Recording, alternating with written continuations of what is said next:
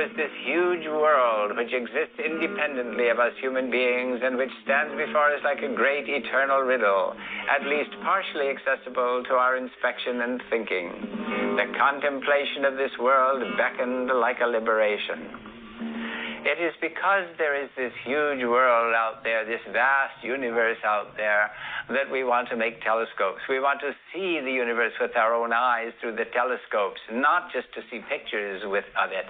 And so we're going to make telescopes, but we're not going to make those ship's captain's spyglasses with a lens out in front. We're going to make much bigger telescopes with the mirrors in the back end, reflector telescopes, so that we can see the universe actually quite well through these bigger telescopes.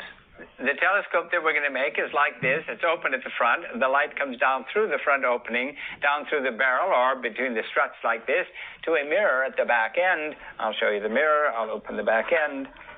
It's a very slightly concave mirror, very slightly curved mirror, so that it will form a picture at the front end. The light from the mirror comes forward through our barrel or through the struts to a diagonal mirror, a secondary mirror up here at the front, where it's reflected up through the eyepiece tube forms an image just below the eyepiece, and we examine the image with the eyepiece. What you can see through a telescope depends primarily upon the size of the telescope. Through smaller telescopes like 4-inch in diameter or 6-inch in diameter, they're very good for terrestrial use and they're very good for the moon and so forth. But for planets and things, you need a bigger telescope like a 10-incher or a 12-incher, which are still very good in the cities. But if you want to see galaxies and things, what we call deep sky objects, if you want to see the whole universe from a mountaintop, you need a much bigger telescope like a 16 or an 18-incher. Right now, we want to make a 16-incher. It's like having an eyeball about 8 feet in diameter with the pupil of the eye open to 16 inches. But you don't need to make yourself such a big telescope. You can make a smaller one, and you'll see as we go along, people will be making 10-inchers and so forth. I think most people are familiar with the fact that a lens like this will focus light. You can get an image there, you see. Now, what we call the focal length is the distance between the image and the glass. Now, a mirror, a concave mirror, will similarly focus light because the light hitting the curved surface will converge forward like this. And again, in the case of a concave mirror, the focal length is the distance between the image and the glass. The major process in making these telescopes is to prepare the surface of the glass for our mirror.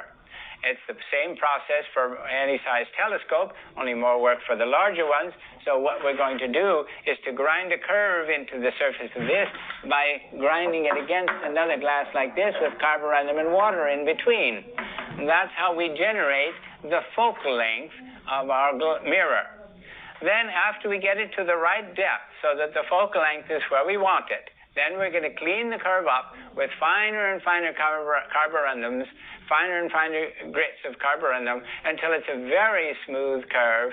And then what we need to do is to polish it, not on a buffing wheel, but on a polishing lap like this, what we call a pitch lap. We're going to pour warm pitch on the glass, cut it up into squares like this, squeeze the curve of our glass onto the curve of the pitch. So the curve of the pitch is the same as the curve of our mirror glass.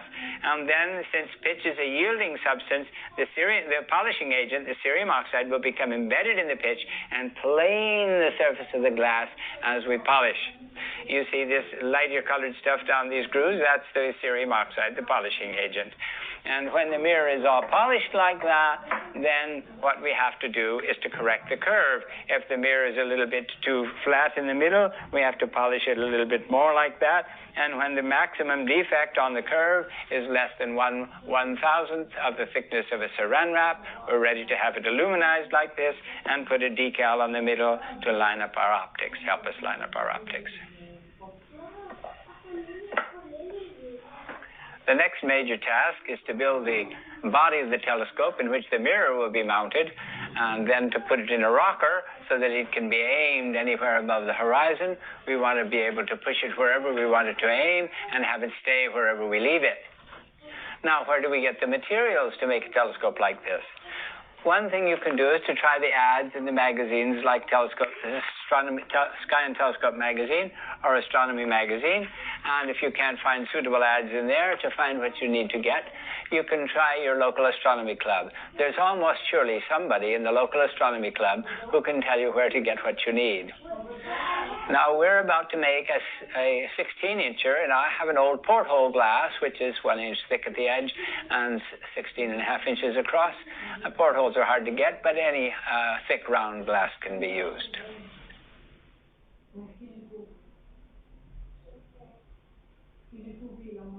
So we're going to drive some furring nails into the bench here so that the mirror can, so the tool glass can turn around like this but won't slide. You can drive them in with a glass, all right. This is not very tender glass. Before we actually start to grind, we want to pick up the back end of the bench so that the mud from the grinding won't run into our laps. If it runs into your lap, Mommy won't like that. So then we have to put some water on here, and then I think I'll grind the other side. And then we usually squeeze the water out, but in this case we don't need to do that. And then we have to sprinkle it with carborundum, 60 grit carborundum, like about 4 times salted scrambled eggs. Now, this makes quite a bit of noise, but right now it won't make very much because of all that pitch on there. But the pitch will grind off very quickly.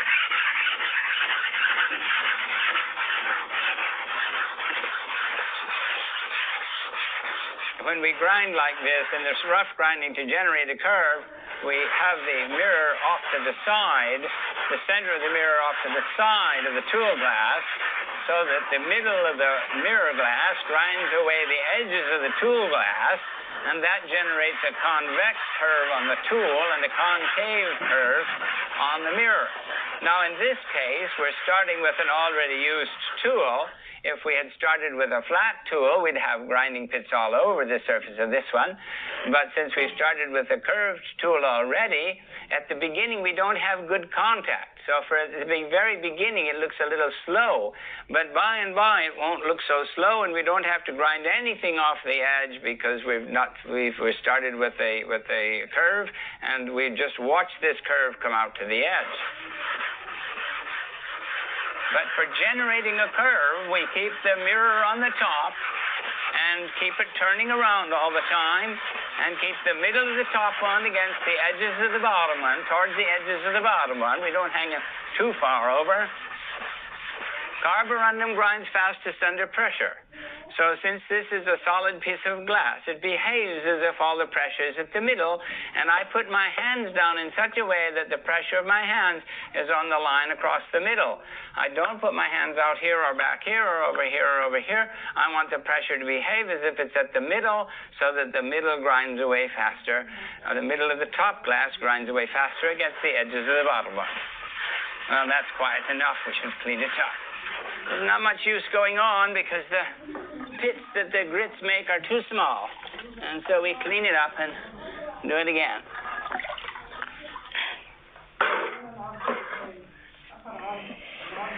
What we're trying to do is to grind a concave curve in the top one, a little deeper than the thickness of a nickel, probably. Now, when you sprinkle the carborundum, you see, you make longer strokes when you are across the middle, and shorter when you get to the ends. Now, you notice that I have my sleeves rolled up. If you have your sleeves all the way down, you see, you may get grits in them, and then when you go to do fine grinding, you got the grits carried over into your fine grinding. Up in Sacramento, there was a little boy who used to wipe his hands on his pants. He used to run his hands through his hair, and he used to wipe his hands under his armpits. And he was sparkly all over. And I made him go and change his clothes and take a shower between each two kinds of grits. So you have to be careful about things like that. You have to be careful how you put the mirror on and take it off. You can put it on like this if you want. I don't care if it breaks the edge of the tool. But you must not put it on like this so that the edge of the mirror gets scraped. We don't want any glass off the edge of the mirror.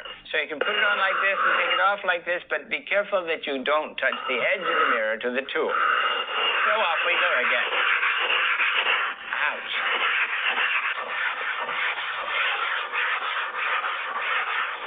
Now, you see, the mirror turns around a lot.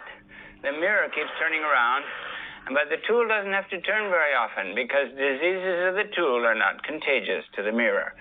Because the mirror is turning all the time on the tool, even if the tool has a big chip out of it, don't make no, never mind.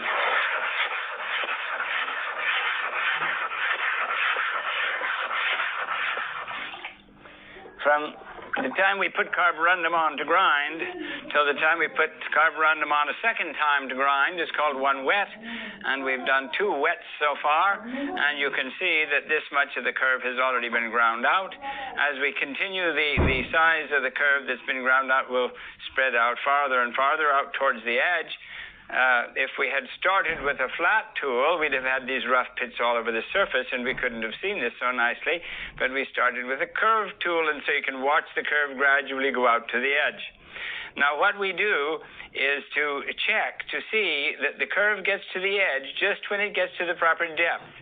If it gets to the proper depth too soon, before the curve gets out to the edge, we'll put the mirror on the bottom and the tool on the top. But if it gets to the edge before it gets deep enough, then we'll hang over farther to the sides. Now, this is called rough grinding, and it's a caveman's job. You eat well, sleep well, and work like hell. All right. Now, how many hours have we been grinding all together? All together with the rough grinding? Yeah, rough grinding's all we've done. About 9.5 hours. 9.5 hours. So at this point, we've been grinding for over 9 hours. We've measured the focal length once, and it's between 5 and 6 feet, which is a good deal shorter than the 8 feet we're aiming for. Now, when we first ground, we ground with the tool on the bottom and hanging with the mirror hanging over. Put that down, I'll show. Let's stand up, please. We ground this way with the mirror hanging over the edge like that, so that the middle of the mirror grinds out against the edges of the tool. And then when we did that till we got the focal length down to 5 or 6 feet. But that's way too short.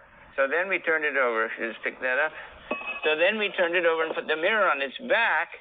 And so with the tool on the top, you see, we can grind over here and get we had the curve in here, and all this was flat glass. In order to grind the shoulder, we put this on its face up and put the tool over here. So the middle of the tool grinds the shoulder away like that and like this. So that we've done for 2 hours or so now, and the curve's out to 1/4 inch from the edge. Now we have to test the focal length. If you'll just toss this thing on the floor, I'll put some, on the lawn I should say, I'll put some water on it and we'll test the focal length. I'm a little nervous tossing it. To measure the focal length of the mirror, we want to catch a reflection from this curve. But since the glass is all rough, we pour water over it and catch the reflection from the water curve. Oh, we're way out, aren't we? We're way too far. Can you measure that?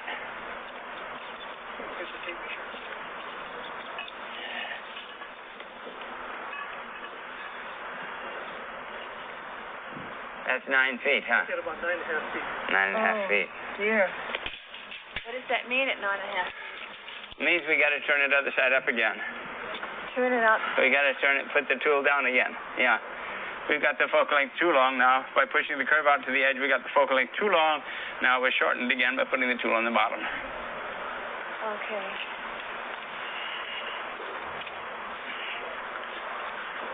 With the mirror on top, you see, it's easy to keep it turning all the time. That's real easy. When the mirror was on the bottom and the tool was on the top, it's easy to turn the tool, but you have to remember that the mirror's on the bottom. So we had to keep turning and turning and turning the mirror all the time. That's to say, when the mirror's on the bottom, you still have to turn it. When the tool's on the bottom, you only have to turn it once in a while. The tool doesn't matter much. As I so often say, diseases of the tool are not contagious to the mirror for the simple reason that they're turning with respect to each other all the time.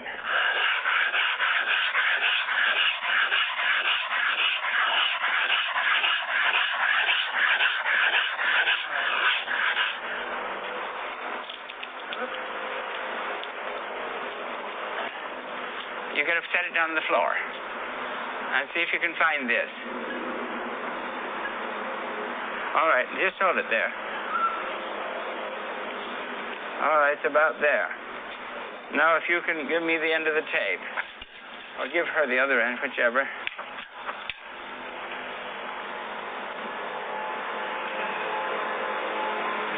About 8 feet, 3 inches. All right. 8 feet 3 inches. All right. Now what I suspect is that we have more than one curve on this mirror. Just hold it up so I can see the reflection of the sky. No, just hold it up, please. Hold it up level, please, so I can see the reflection of the sky. Hold it way up here, please. Yes, I think the curve isn't all the way out to the new curve. See, we had this old curve out to here. Now we got a new curve inside of it, but it's not all the way out to here. You follow me? When we did the original grinding with the tool on the bottom, Right. we ground a curve, a steep curve in the middle, okay? But it didn't come out to the edge. You remember it took hours and hours to push the curve out towards the edge. Right. And we only got it somewhere out here or something, 2 inches from the edge. Then we turned it over with the mirror on the bottom. Right. And then with the mirror on the bottom, we pushed the curve way out near the edge. You see? All we have to take out is the shoulders. So I don't think we have very much more to do. I think half an hour will probably do us. Hang on. That's about there.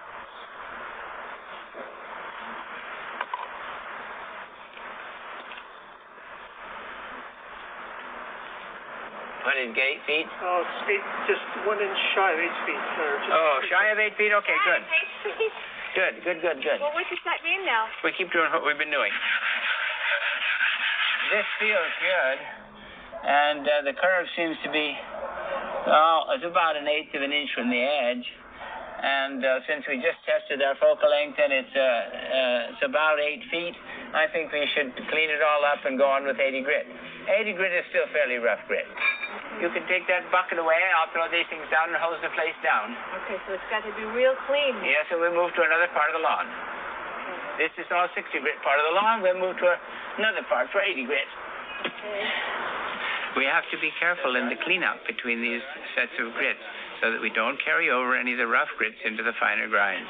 Otherwise, we'll have rough bits all the way through. Outside first, all the outside first. Around the neck, see, we got all these grooves. Get it all out. All out first. All right, now you squirt it up into the bucket. This is a brand new towel. I mean, it's a brand new cloth that we're going to use for a towel. We can't use the 60 grit one anymore. Now, it's very easy to carry grits over to a finer session, and you have to be very careful about it. Have to keep your sleeves rolled up when you're grinding. See, I wouldn't grind with these sleeves down here because they'll carry the grits over. I'll take the jacket off before I start to grind again. Now, look at this, you see. You can see that there's a slightly different curve. You see that big bubble in there? You see that big bubble? That means we've got 2 curves in our glass still. But I think we can get it out all right with 80 because it's not very bad. But you see the center of the mirror, about that much, has a slightly different curve from the rest of it. If it were very different, then this thing wouldn't stick all over like it does. Anyway, let's start grinding 80 grit. This won't make quite so much noise as the 60 grit made, but it's still fairly rough grit. And it'll still behave very much like that. Yes, I got to take off my jacket.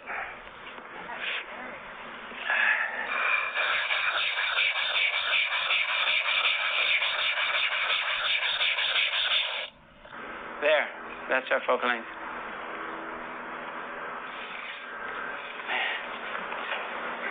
Just right at 8 feet. 8 feet? Fine. 8 feet. Right there. Neato. Hey. Now let me put a little bit more water on it, and if you'll take this paper, I'll see if I can see anything amiss in the curve. Yeah, hold it. Yeah.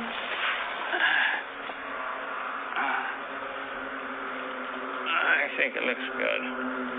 I think it looks good. And how close to the edge are we? We're to a 1/16 of an inch. We're out to the edge there. We're not more than a 1/16 anywhere.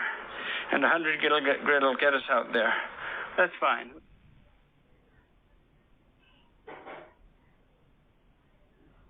So we've roughed out our mirror curve with 60 and 80 grit carborundum. Now we've gone on and fine ground it with 100, 240, and 400 grits.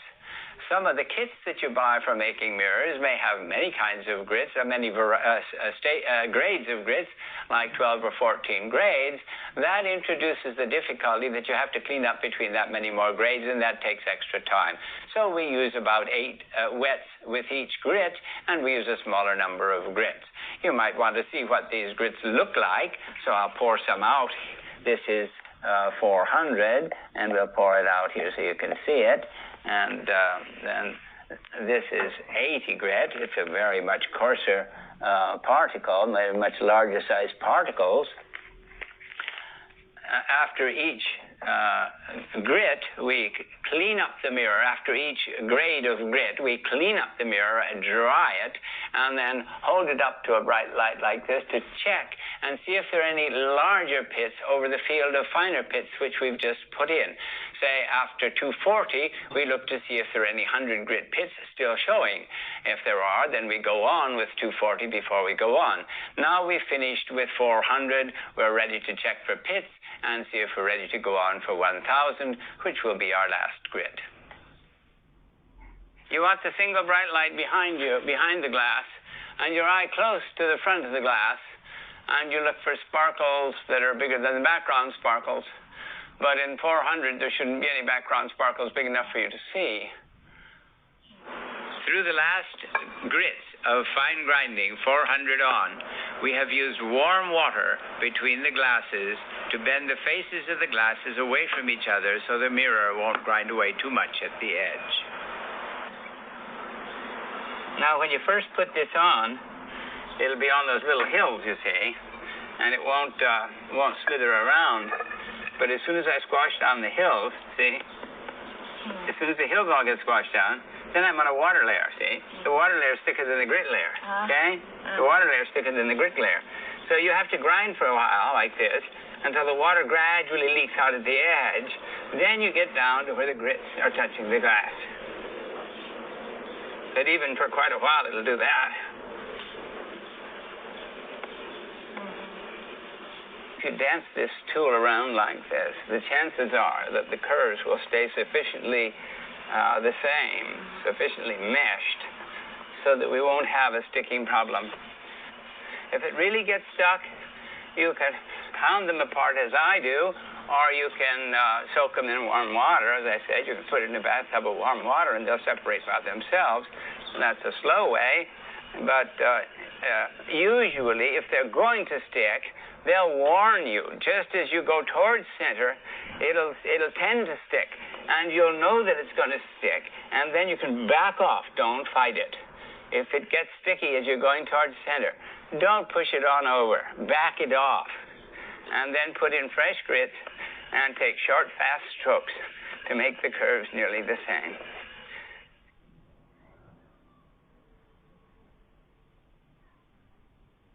In the preparation of the telescope mirror, there are 4 stages: the rough grinding and the fine grinding we have done. We're ready now to go on to the next 2 stages, which are the polishing of the mirror and the final correction. You remember that for the polishing of the mirror, we need a pitch slap like this. The pitch slap we're going to use will be bigger than this, but we're going to show you the pouring of the pitch slap for a class of students making 8 and 10-inch telescopes. But we're ready now to heat the pitch. It has to be soft like cold honey before we pour it on the glass. 2 of these, I'm sure, would do for a 10-incher. But the problem is, what are you going to heat it in, you see? If a lot of the stuff's going to be left in your container, so you can't heat them in the cardboard. If you have to heat them in something like this, and you're going to lose a lot in the can, then you have to allow for that.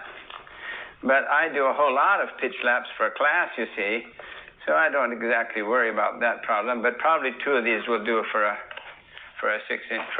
8-incher. I'd say for an 8-inch lap. Now that's all I have to do. Then we leave them on very low fires like that for a couple of hours. After it's heated for a while, you see you got some liquid on the bottom. And if you move it like this, you can get the hot liquid to come up to the surface and push this colder stuff down to the bottom, so you don't run into the problem of heating some of the stuff too much. If you heat the stuff too much, then you run it to the difficulty, it loses its ability to yield under pressure. See, here the liquid comes right at the top when we push this other stuff down into it. Now, I need somebody to get me a little bit of toilet paper from the girls' room or the boys' room. Just a few sheets, like half a dozen sheets, that's all I need. Now, what you have to do is to put a little water on that. I'll show you first time how much. No, that's probably too much. And then we want that wet over the whole surface, okay? See what's happening up there? You're going to want that wet over the whole surface, but we don't want a lot. We don't want a lot of cerium oxide. That's the right amount of cerium oxide. I have to put turpentine on the tool glass. There's water and cerium oxide on the mirror glass, so the pitch will not stick. We'll have turpentine on the tool glass, so it will stick.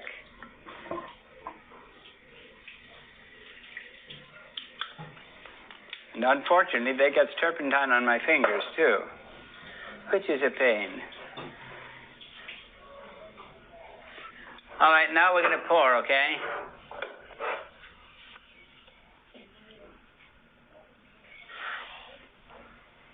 Don't chew it, okay?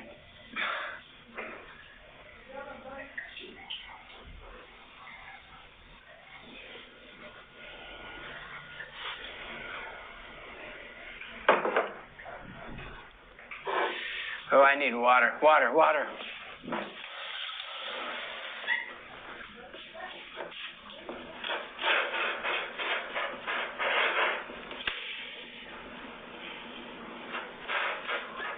See, it's staying hot, and it's just keeping on flowing.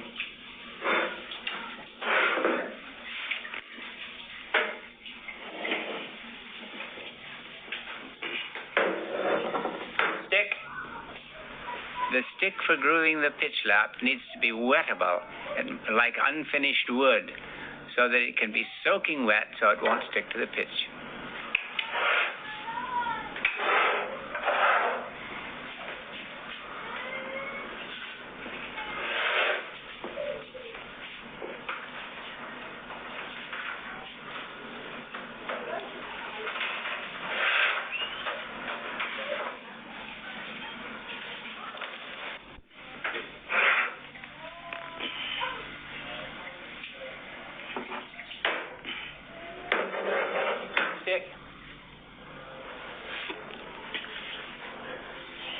This should be reheated.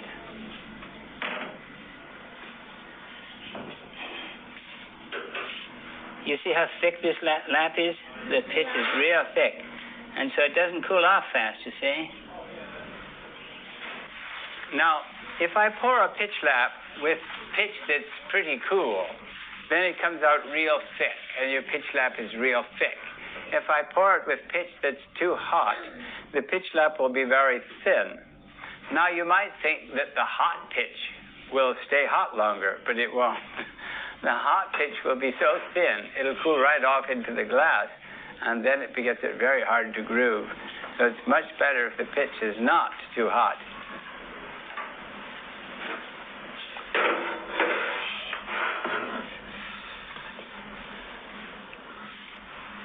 Okay, take it away. Don't use your thumbs on it. Just let gravity do its thing. Go ahead, put it here. Where's your tool? Hold up. Everything's clean?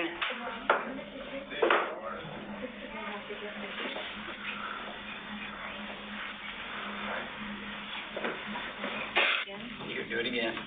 Now, this is a little bit warmer this time, so we won't have quite so much trouble, probably.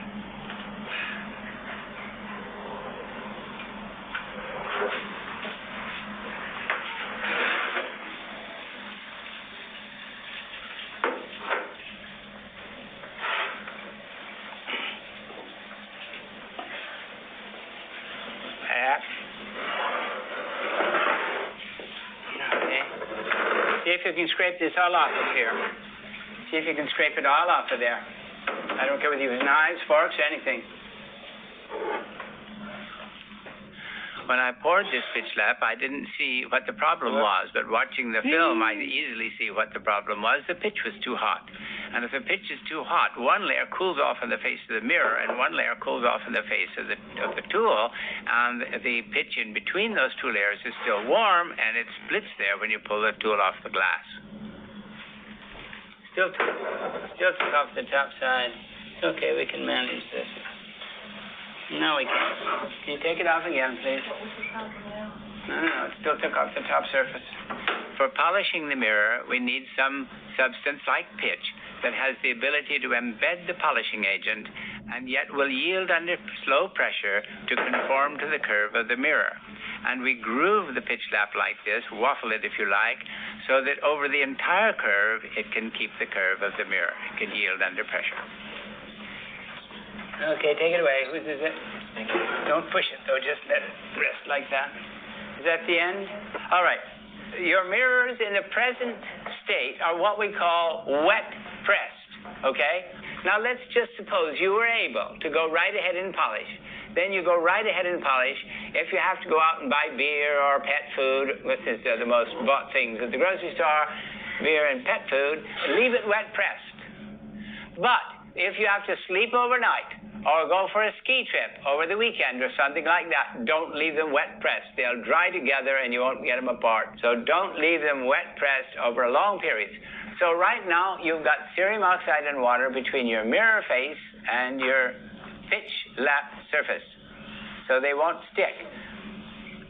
But if you have to go for a long time, you take them apart, leave the pitch lap by itself, immediately dry up your mirror with a clean, soft, expendable rag.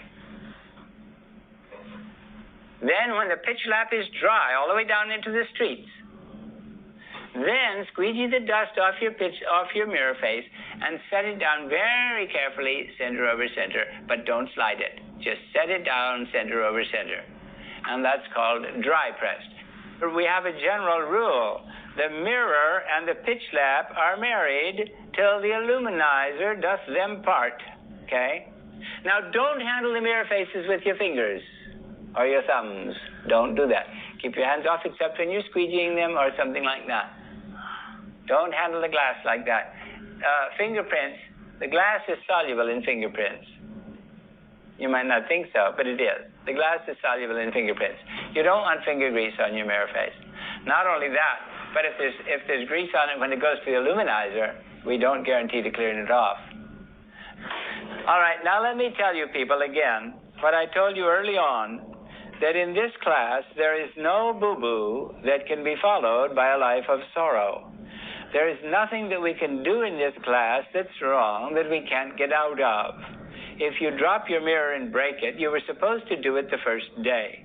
If you've waited till now, you're just a fool, okay?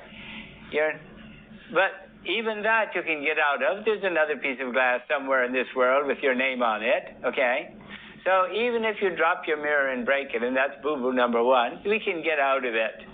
So there's nothing that you can do going the wrong way in this class that will be followed by a life of sorrow.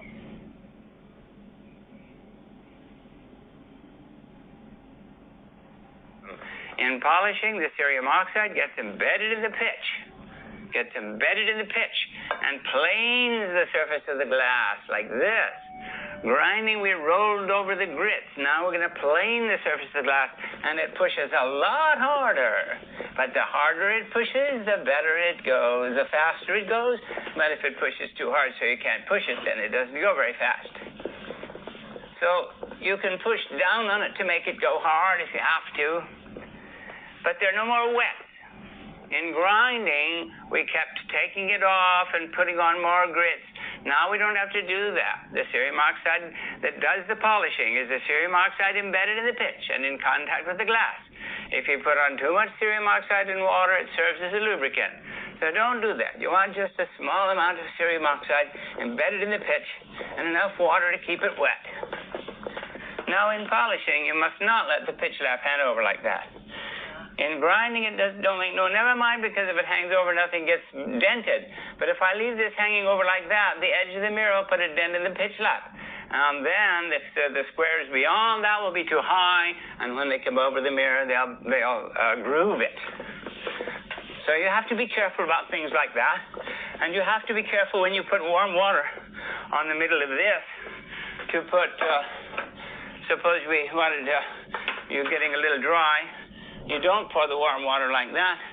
You put a little cerium oxide like this, and then you put a little warm water on your fingers like this, and smear it around real quick so as not to have a puddle of warm water in the middle. A puddle of warm water in the middle will raise the temperature of the glass there and raise the surface. Then when you polish, you'll polish that part too much, and you'll make a little lake there in the glass.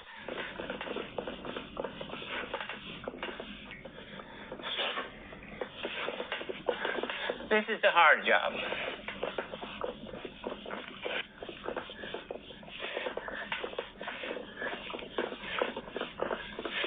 You mustn't let it do its turning on its own hooks.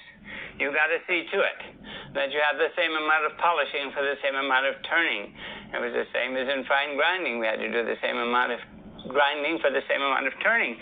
And here we have to do the same amount of polishing for the same amount of turning.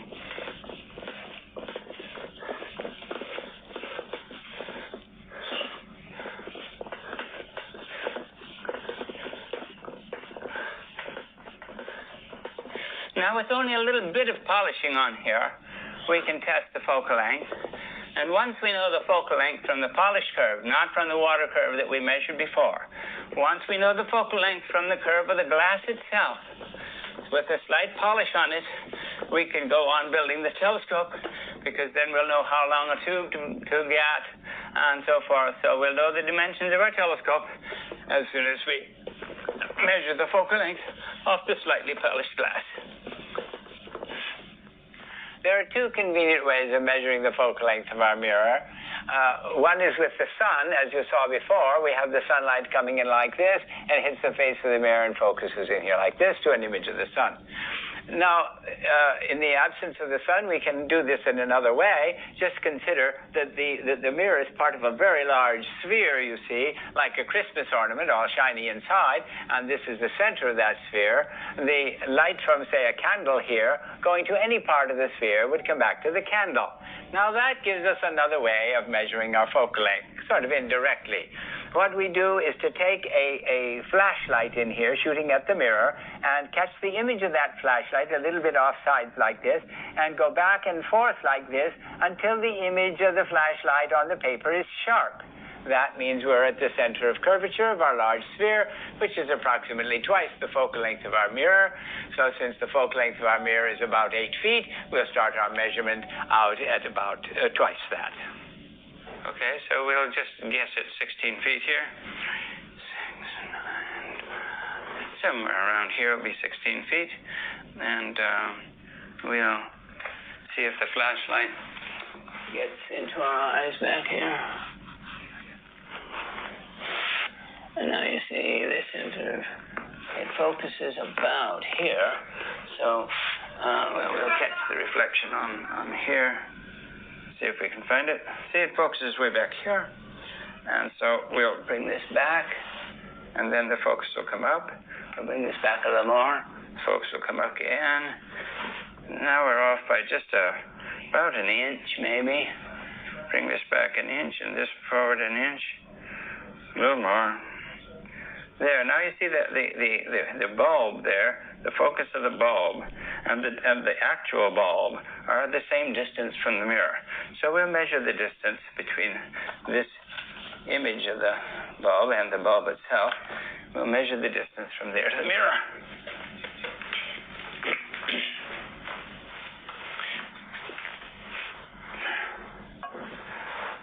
Three feet.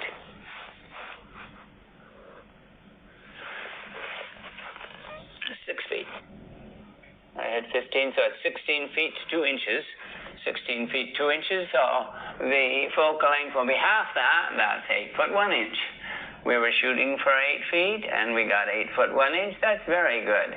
The advantage of having it kind of in between like that is that you get enough power without having it too hard to manage. If the focal length is too long, the telescope is too hard to manage. If the focal length is too short, it's too hard to get high enough power. So we're right where we want it to be.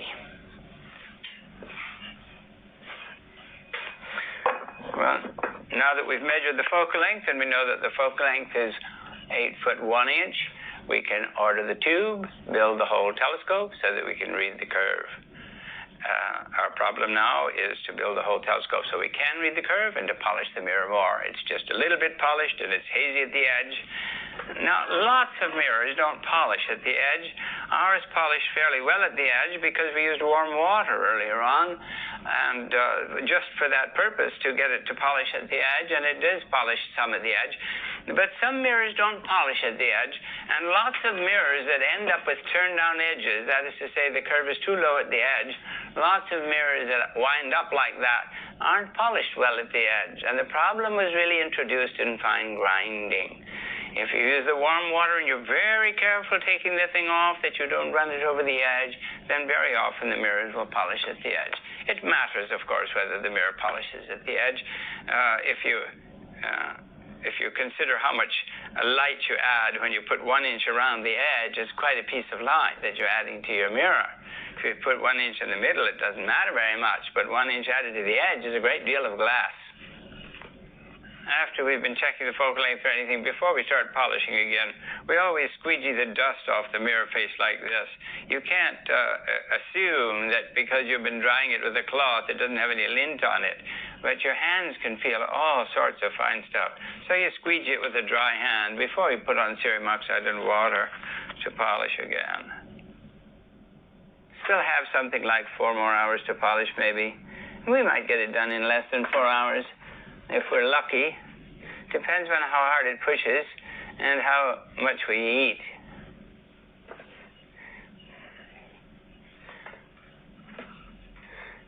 If you're very vigorous in polishing, polish very hard, it polishes pretty fast. Now you're very careful putting it down like this, so that you don't bang the pitch against the glass. Now, if by accident you bang the pitch against the glass and broke a little piece off, and I did break a little piece off the edge here, you have to be sure that it does not get between your pitch lap and your mirror.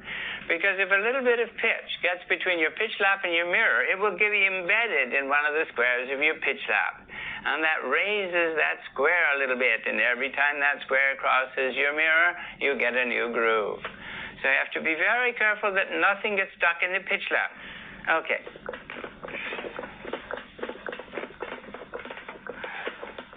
It only takes about 1/4 teaspoon of cerium oxide probably to polish a 24-incher. Though we usually use more.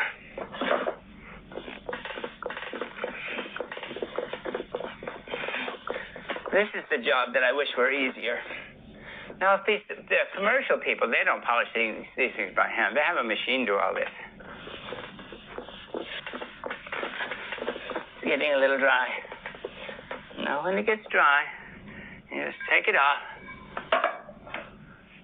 Put a tiny bit of cerium oxide in the middle.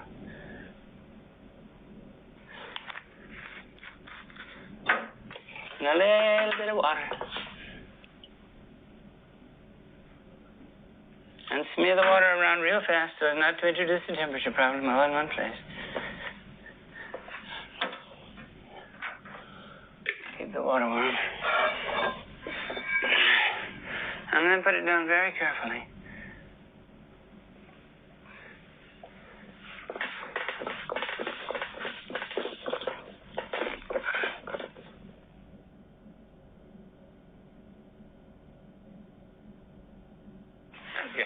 Here's our catalog.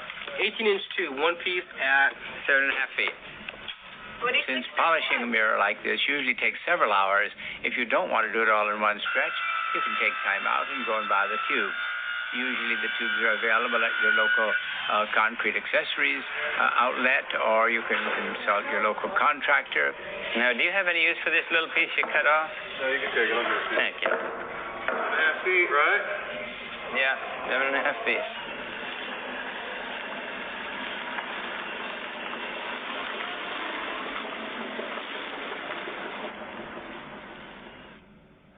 Now that we know our focal length, and now that we've bought the tube, we're ready to build the rest of the telescope, and it's going to look something like this.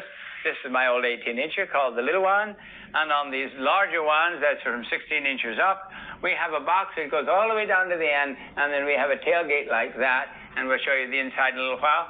But smaller telescopes, like 12 inches and down, we don't run the box all the way to the back end. We just put a tailgate in the back end of the cardboard tube.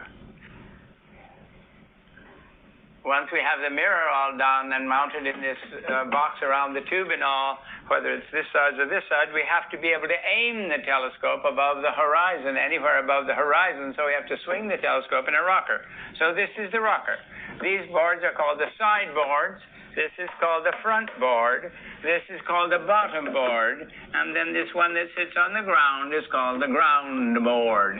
This one sits on 3 feet. It's a tripod. And then this thing swivels around on top of the ground board. And then this goes up and down like this in the cradle boards. These are called cradle boards. Inside the side boards are the cradle boards that cradle the telescope like that.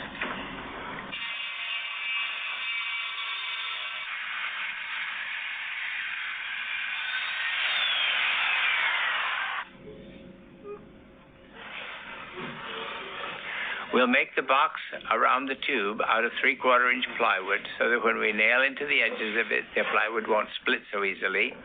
And we'll have it 3 feet long so that it's about 1/3 of the focal length of our mirror.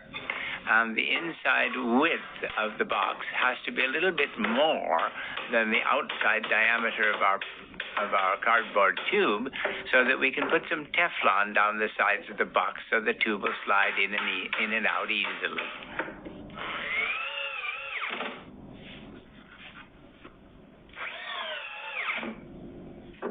All right. Now it can set up. We've cut the 6 boards for the rocker. We're now going to build the rocker. Put one up on the work table. Now this is our top side. Yeah, this is our top side. So this is 20 and a half, and we've got to add cradle boards. That gets us up to 22. We're going to allow a 1/2 inch for clearance, so there's 22.5 inches. This 22.5 inches is the inside width of the rocker box. We've allowed for the width of the box around the tube, the outside width of the box around the tube, and the thickness of the cradle boards on either side, and we've allowed for a little clearance. All right, now we lay this down like this. For our smaller telescopes, we make the rockers out of 3/4-inch plywood, but for bigger telescopes like this with a longer focal length, we make the rockers out of heavier stuff. This will be 1 1/8-inch flooring plywood, and to prevent flexure in the ground board, we'll double it. Like right side up. I'd like to see what it looks like with the box inside it.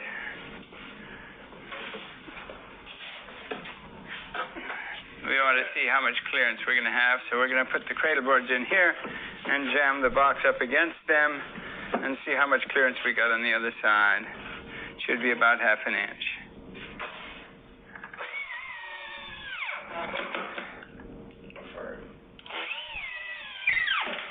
This is going to be a tripod, you see. This is what we call the ground board. It's going to be other side up. So it takes 3 feet, 1 at each of these front corners. This is front, and 1 in the middle of the back side. So it sits on 3 feet. So it's a tripod. It's only this tall, but it's a tripod all the same. Now, the lower bearing is going to be this computer disk moving on 3 pads of Teflon. The 3 pads of Teflon will be fastened to the ground board, and this will be fastened on here, and the Teflon pads are going to be something like this, but they'll be on the ground board. So this thing is going to spin around on these 3 pieces of Teflon fastened to the ground board. So first we have to fasten this thing with some little tacks so that it won't fall down when we turn it over on that.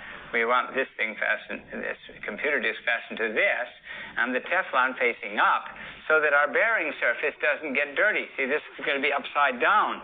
So this surface is going to face downward and it won't get dirty. If we put our bearing the other side up, with this up, then dirt would get on here and get into our bearings.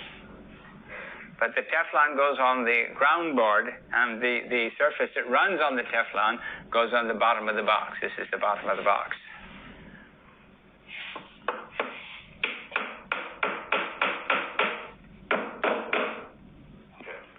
smaller telescopes, like 8 inches, we use phonograph records. But for these larger ones, if we can get computer discs, we prefer these computer discs.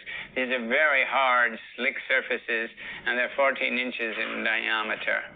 So they make very good bearing surfaces. For finding out where we want the Teflon on here, we're going to use this for a circle. We're not centering this circle on the center of the board. We're centering it over the triangle, which is made by the 3 feet. We want Teflon out in the that board. direction, out in that direction, and out in this direction. This is 1 foot over here and 2 feet over there. So that disc is 14 inches. So we can put these Teflon pieces out here on the outside edge of this thing in something like an equilateral triangle. Let's just get it looking pretty much like an equilateral triangle, and then 2 little tacks on each one will fix it. And the heads have to be driven down into the Teflon.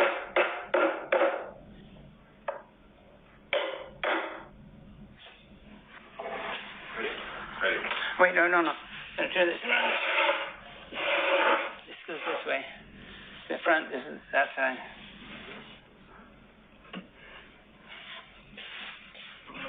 It's going to be something like there. Now, hang on. Let me see if I can get this screw through the both holes. Yeah, all right. We're in both holes. Okay, then the screw. You have a washer on it?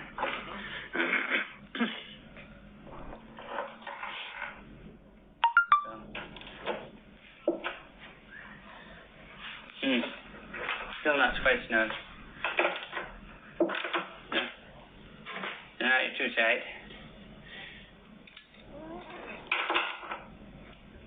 There, good. I'll feel it. Wow, that's beautiful. That is really smooth.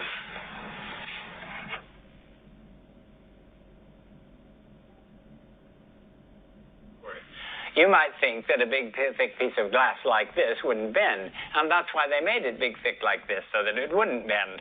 But we're only allowed to bend about 1/1000th of the thickness of a saran wrap.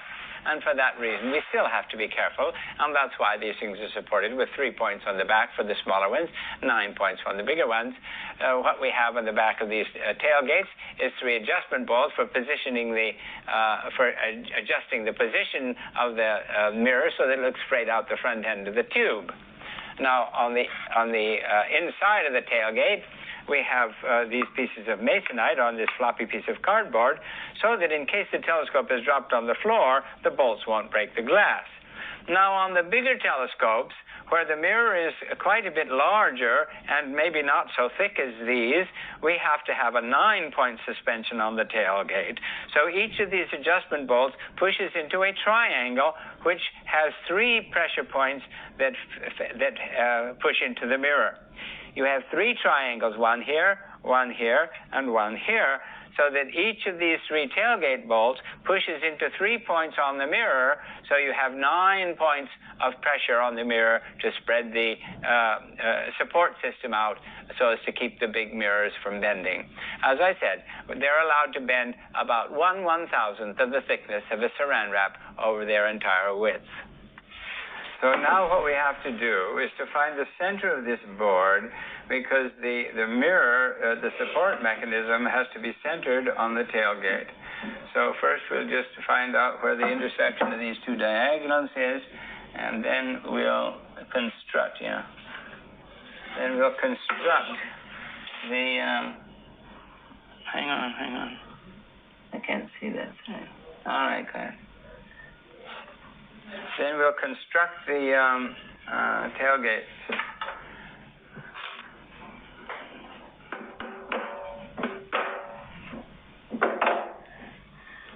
Which is 8? This is 8. This is 8.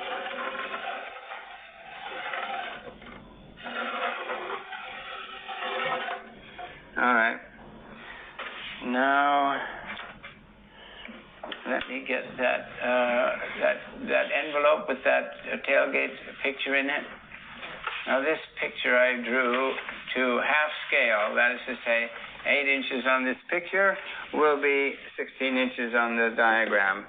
So we just have to measure them on here and find out what we want. So what we want now is the distance out to the bolts. So that's going to be 5 inches. This is 2.5 inches on the picture, so 5 inches. So that's where our bolts go on that circle. Now,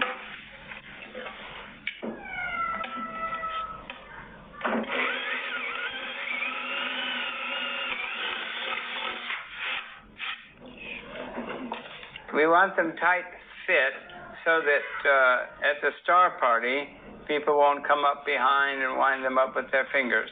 We don't want them loose enough so that they can be wound up with their fingers.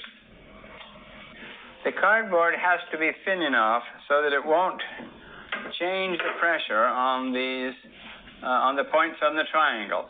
It's just to keep the triangles from turning around this way and getting their points out of position. But it's not to keep the triangles from doing this freely. That gets glued down here to the middle, you see. And then we put our glue our triangles, our wooden triangles over here. Whoo-wee! All right, now what we usually do is to cut these corners back a little bit. But probably we don't need to bother with that because our mirror is going to be way out beyond that. So these are going to go on like that, you see. This is better for test. This is plenty good. Now you see, we don't have to get these things exactly positioned because what we're going to position is the points on here, see? There we go. Now we're ready for the bib. How about the blocks for the strap? We have to put the blocks in also for the straps.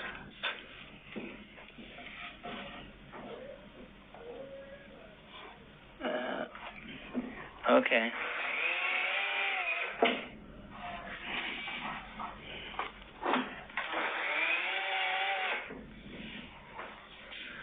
All right, I think that should do us. Now we can cut the bib. Between the blocks is almost 16 3/4 inches. We only need to have the mirror slip in here between them, and this will center the mirror back and forth this way over the tailgate. That's where we want it centered. And it will slip in between here, and then we'll put something over the top to keep the mirror from rolling down forward through the tube.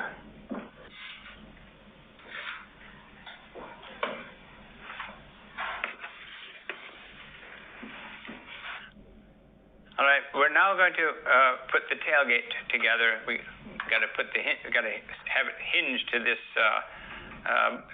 tube box, and we've already built the support system here. But we have to mount the mirror in here. We're going to put straps on here. We have to mount the mirror in here in such a way that it sits right over the middle of the support system. So we have to transfer the middle of the support system to the front of our bib. So we're finding that the diagonal. This is how we found the center of the support system by drawing the line between the intersection of the diagonal. So we're doing the same thing here. So this is the center of our support system, and the center of the mirror has to be over that. When the strap is around here, you see, we're going to have this strap fastened here on these blocks so that when we slide the mirror down in there and the edges of the mirror run into that belt, the center of the mirror should be over the center of the support system. All right, so now we're going to put the hinges on. We've already put the hinges on the edge of the tailgate. And we've taped this so the bib won't fall off while we're working on these things this side up. And so now we have to screw the hinges to the box itself.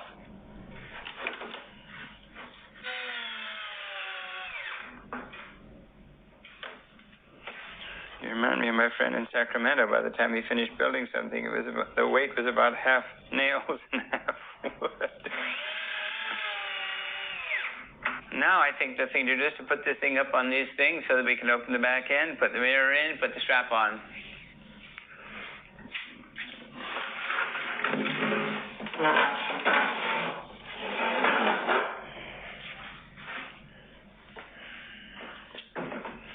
Yeah. So we're going to put a hasp on here, you see, so that when the mirror is in there, we keep this thing turned like that so the mirror can't come out. That's when we don't have the screws in, we still have to have a safety thing up here. So we put this thing right over the center.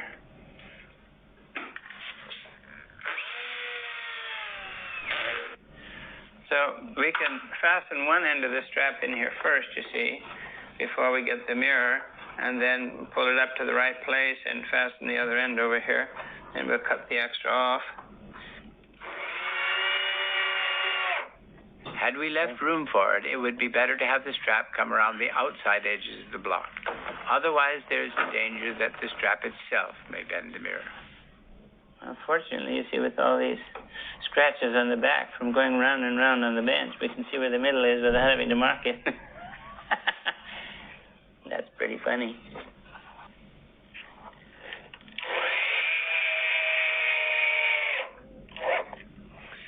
Now, if the screws didn't have such real wide washery heads, we'd have to put a washer in there to hold it so we don't hang on the screw. You see, the weight of the strap can't hang on the screw. It has to hang on the friction between the screw head and the wood. It has to push the belt down like this. It's the friction that keeps it from coming off like this. There we go.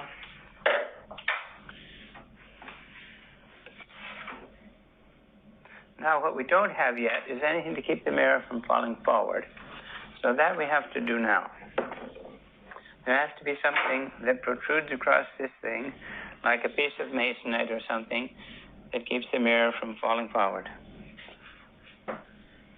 Now, you see, if these things are in this position so that we can get the mirror in easy, then this thing runs into the tailgate and it won't shut. So in that position, you can close the tailgate, but the mirror can't roll out. These blocks are to keep the tube from running all the way through. I'll show you. We'll just push this piece of tube through there, you see. We have to have something to keep it from going too far down. We're putting these Teflon strips in here so that when you slide the tube down into the box, it slides down on these 4 strips of Teflon, so the friction is easy. We want it so that it slides in and out easily, but tight. Okay, we got our 4 Teflon strips so the tube will slide in here. Now we got to peel the inside of the tube out. Now, you see, you get a hold of this little tip here, you see, and then you just peel. And that's a plastic layer. And sometimes it'll peel all the way out from one end like this, but not always. And if it breaks, you may have to send a kid in to fix it. If there's a little tear in it, you see, it tears right across. This is a fun Far enough that we can reach from the other end. Oh, easy. Easy. Well, what we're going to do now is to cut some slices out of these so that they'll fit inside the big tube. We want one piece where the big tube comes in near the tailgate, where it's going to be pushing up against the lid, against the roof of this box. We don't want the tube to buckle there, so we're going to have it reinforced with that. And the other reinforcement is where it hangs out over the edge here. So we want 2 pieces of reinforcing inside that tube to make a double wall at the back end where it comes in here, and at the front end where it comes out here. So the problem now is, how much do we cut out of this? So this wall, let me have the yo-yo or a ruler. The wall is about 1/4 of an inch thick, almost exactly 1/4 of an inch thick, maybe a tiny bit more than 1/4 of an inch thick. And so when we put this one inside of that, we're going to decrease the diameter by 1/2 an inch. So if you decrease the diameter by 1/2 an inch, you decrease the circumference by pi times 1/2 an inch. So it's going to be a tiny bit more than 1.5 inches that we have to cut out of this.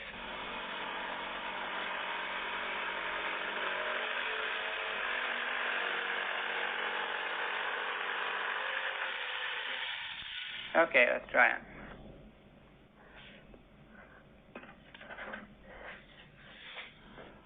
Let's see, is this the end we cut out? Okay. Is it in? Oh, how easy. has to go a little farther in. All right, that's far enough in. All right, in you go. Hang on. Till it bumps. Till it bumps. Till it bumps. I think you bumped.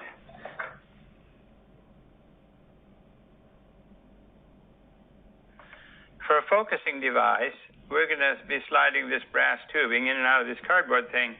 And this is going to be glued down to here, you see. And we're going to stick this from inside the tube out like that and glue it in inside or screw it in inside. And so this will be, our eyepiece will be in here, and then we'll focus by sliding that in and out of there.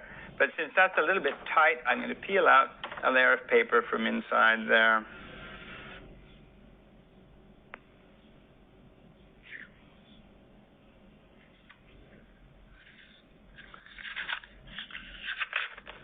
If they're too tight, we peel a little out. If they're too loose, we glue a little piece in. There, that's just right, okay? So now this gets glued down onto here and has to set up.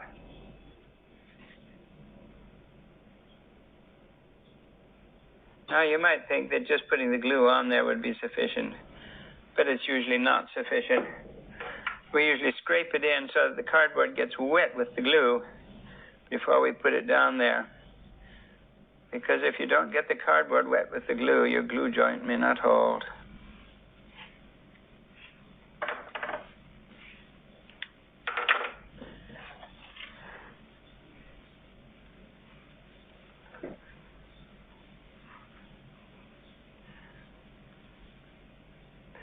And that just has to set up.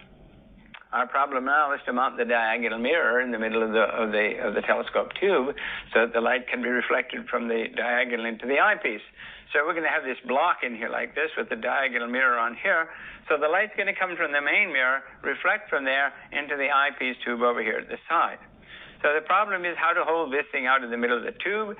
That we're going to do by having 3 shingles sticking out of it like this, and we'll cut them off where they intersect the walls of the tube. We're not going to glue this thing in here because the way these things go to pieces is to have somebody with ice cream on his hands or her hands reach in here and pull this thing out. And then the shingles get broken. Now, if you've had them glued in there and they've been broken off, you're in big trouble at the Star Party site. But if they're just pressed in here and glued against the wall, it's a simple matter to take a nail or something, get the little piece of shingle out and put another shingle in. Anyway, so this will just fit in here like this. And we'll pound it in tight.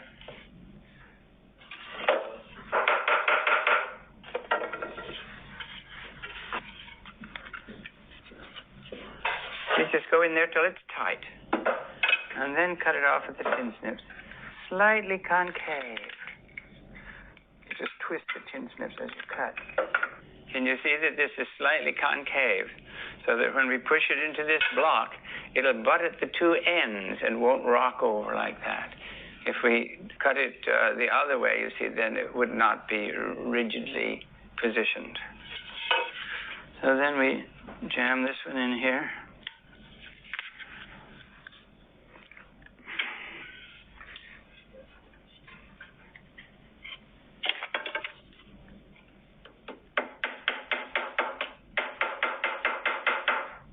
Our tube is 18 inches inside diameter. We've got to cut these shingles so that it just fit inside. So we've got to measure 9 inches out here, 9 inches out there, 9 inches out there, and cut these shingles off and then bevel the corners. So we'll mark a little place where approximately where these 3 lines intersect. And then measure out there 9 inches. So we just put a little mark on the top of the shingle there.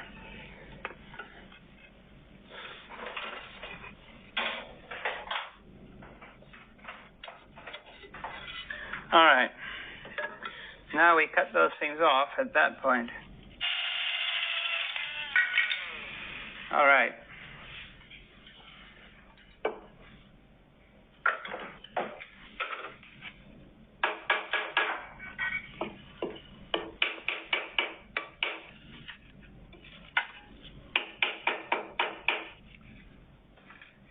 Now we're going to cut these corners off so that when we slide this thing back and forth in the tube for adjusting the position of the diagonal, it won't split these shingles. So we're just going to cut these corners off like this.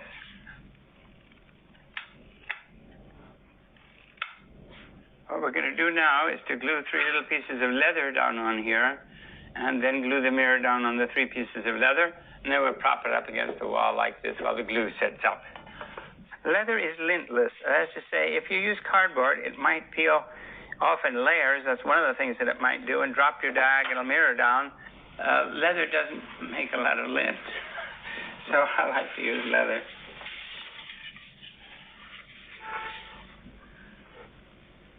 So first we'll put some glue down on 3 places.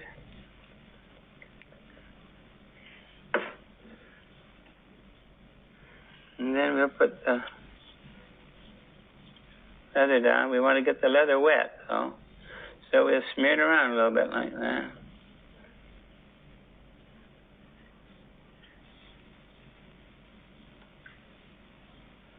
And put our mirror down. The problem with these is the same as the problem with the objective mirror. It's got to be mounted on 3 points in the back, not more than 3. You might think that that's too thick to bend. But we're allowed to bend it only 1/1000th of the thickness of a saran wrap. That's our tolerance. So we have to keep it from bending.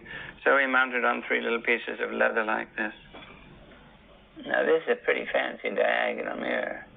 Not everybody gets a diagonal mirror that's so fancy as this. We know the focal length of the mirror. It's 8 foot 1 inch. So what we want to do is to find out where we want the eyepiece hole, so that the image plane comes just a little ways outside the tube so that we can examine it with our eyepiece. This is going to be inside the tube, but the focal plane we want to come very close to this, and so this will be sticking out of the tube by 1.5 inches or so. So we're going to measure down through the tube here to where the focal length would be. And then from that position, we're going to have to come back by this distance here, which is from the middle of the tube out to where the image plane is going to be. From the middle of the tube to the edge of the tube is going to be 9 inches, but we want it to stick out about 2 inches further, so that's 11 inches. So we have to go back from our focal length measurement by 11 inches to where we put in the diagonal mirror, and that's to where we put in the eyepiece tube. We're going to put the eyepiece tube on this side, so the eyepiece tube comes out this way, so that you can grab the front end with your right hand while you're aiming it around the sky like this. Grab the front end with your right hand and push the thing around when you're scanning the moon or whatever you're scanning. That's right.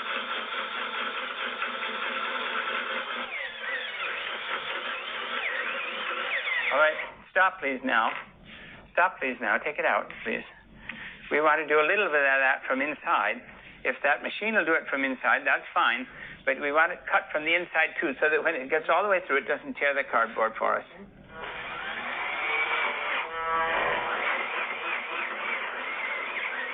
The faster you do it, the better it works, because that works as a chisel. You want to do it with a little pressure, but fast. Okay, you're through already. You can do it from the top a little bit more, if you will. Without any pressure down. Tip it towards you. Tip it towards you.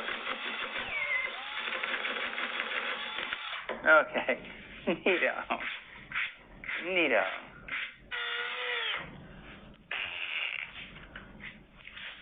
Okay. We've put the diagonal mirror onto the spider mount.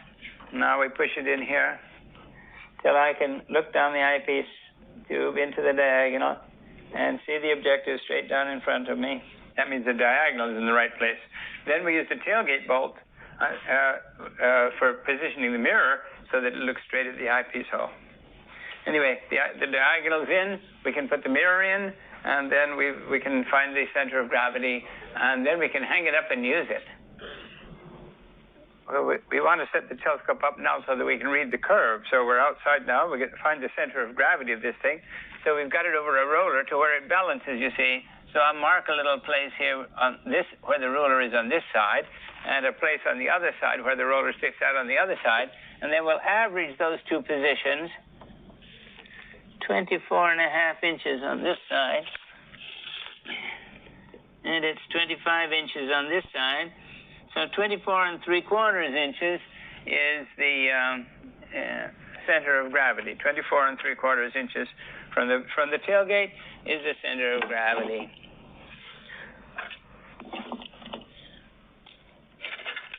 See, 24 3/4 puts our top end.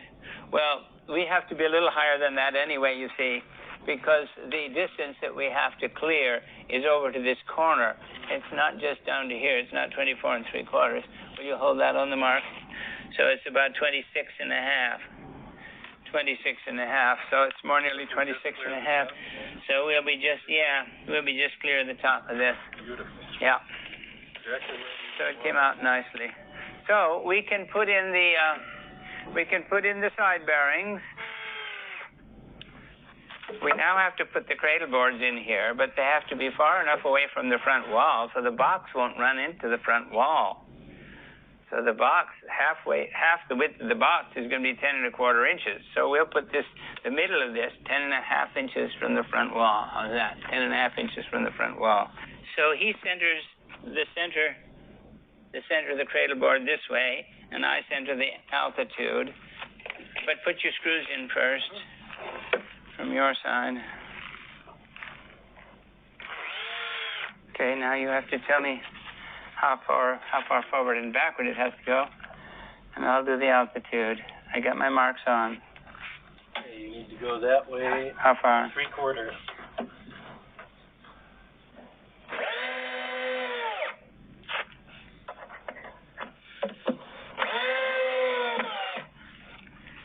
All right, now let's see if it'll swing, okay? Okay? Ready? Yep. Wait a while till I get underneath it. Okay.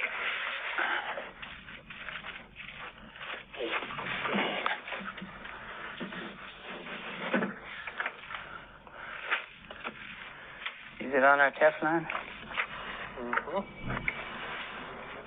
I think it's on our Teflon. Good. This thing doesn't hold up here. Right, we need the screws. Let me see how it moves now.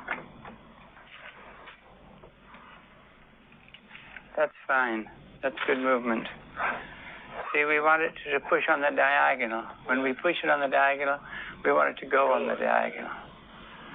That You feels wouldn't want it to fine. move any more freely than that, though. No, this is just right. And see, it goes just a little bit past horizontal. Mm-hmm. Okay?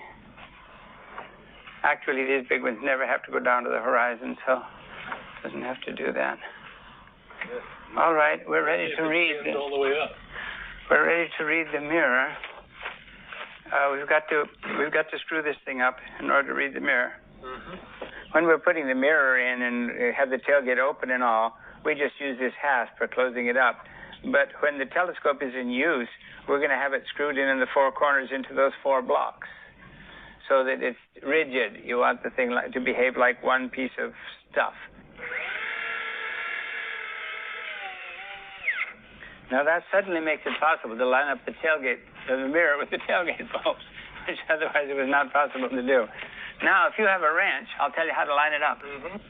What we want to do now is to line up the optics, you see. We want the diagonal mirror to be right down in front of this tube, which means it has to go a tiny bit forward.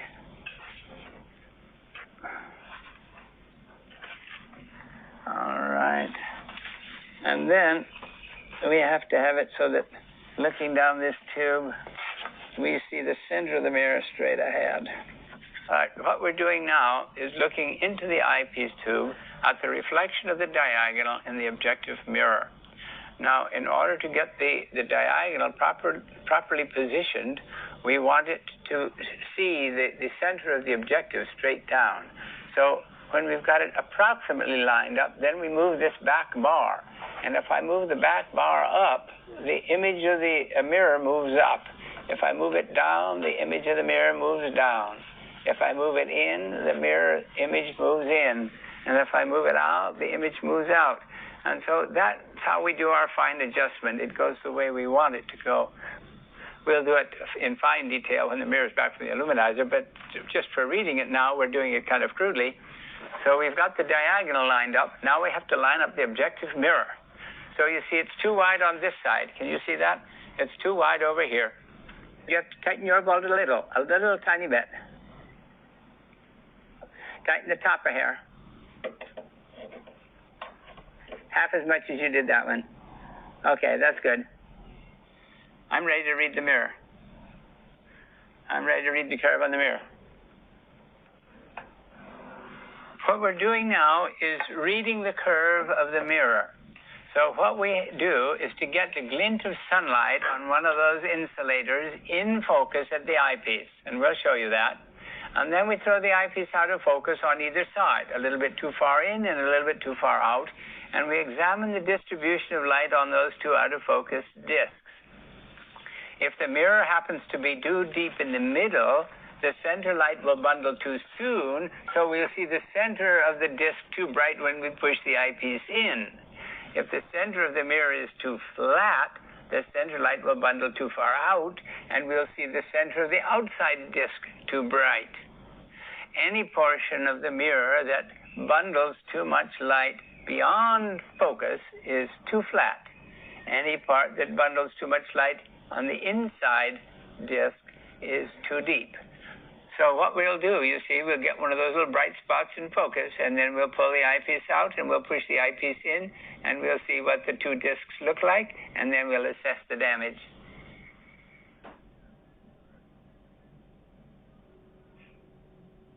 When we read the mirror in Ken's backyard, the mirror was a little bit too high in the middle, and we wanted to polish the middle a little bit without risking touching the rest of the mirror. And so I just happened to have an 8-inch pitch lamp, which we put in in hot water very little by gradually so as not to crack the pitch, and heated it up very, very slowly until it gets hot enough so that you can dent the pitch with your fingernail very easily. And then we pressed it on here until each of the squares comes down to this curve, not to the curve that was originally poured for, but for this curve. And then we can polish the center of this mirror with this lamp. Now, if you didn't happen to have a smaller lamp and you wanted a smaller lamp, you can always cut off the edges of your old lamp. But the difficulty is then you don't have the big lamp to smooth it with afterwards. But we still have the big lamp if we want to smooth afterwards. But the problem is to dig out the middle with this little lamp without risking wrecking the edge of the mirror. So that's why we like to do it this way. See, the 10 inches we do on 8-inch lamps for the same reason. We do them on 8-inch grinding tools and on 8-inch pitch lamps so that we don't have to risk wrecking the edge when we dig out the middle. Most of the curves come out with too high a middle after you've been polishing. So mostly you have to dig out the middle a little bit like this, and if you have a smaller lamp, that's the easy way to do it. I polished the center of the 16-incher with the 8-inch lamp till the 16-incher was warm in the middle. Then we read it in the telescope tube. It was still too high in the middle, so we went back and polished it till it was warm again. We had to do it several times before the out-of-focus discs looked the same on both sides of focus. When they do, your mirror is ready for the luminizer.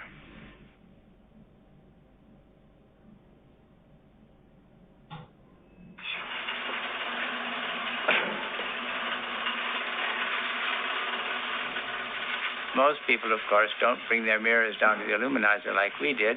They look at the magazines to find out where to send them. We have, in this case, soaked the mirror in acid and then cleaned it up with water. And now we're cleaning it with methanol before it goes into the vacuum chamber to get the aluminum coat on. Hi!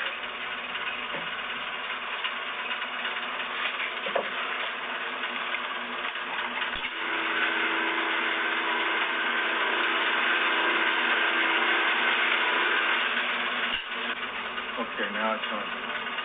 Now it's on.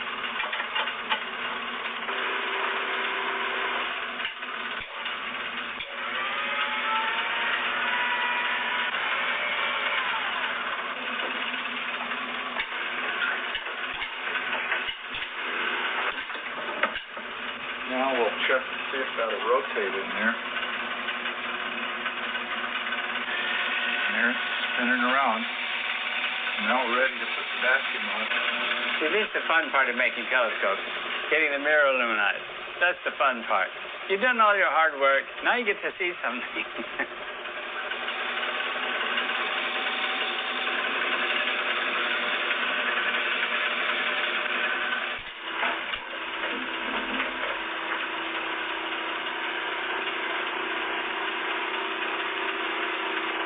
It doesn't look too hazy, does it?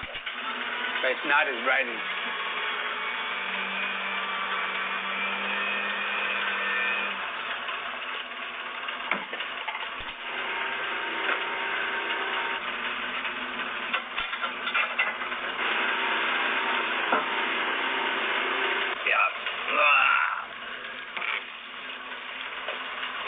Oh, it looks better than I thought it would.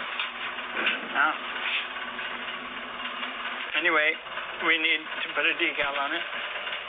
We put a decal at the measured center of the mirror to help in lining up the optics. We line up the diagonal mirror struts till the decal appears to be straight down the axis of the eyepiece tube. Only after the diagonal is lined up like this with the decal do we glue it to the sides of the tube. Mission accomplished.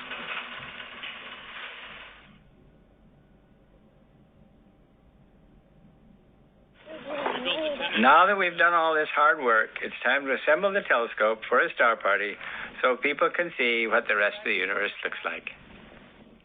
Okay, you guys, the moon. You better salvage that.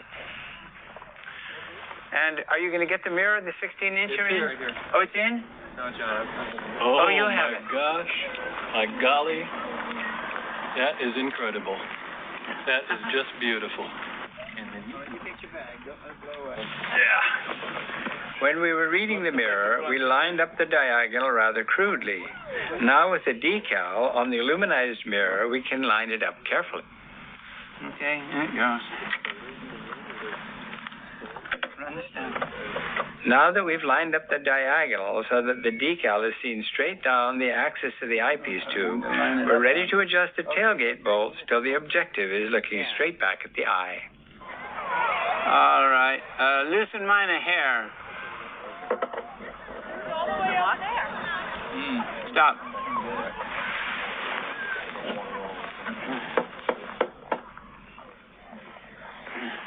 Okay, I think we're in business. Now let's get the moon.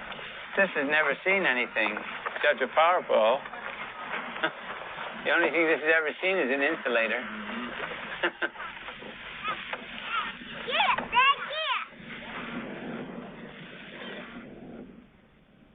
Oh, this is a fabulous show. All right, everybody, come and have a look. Wow.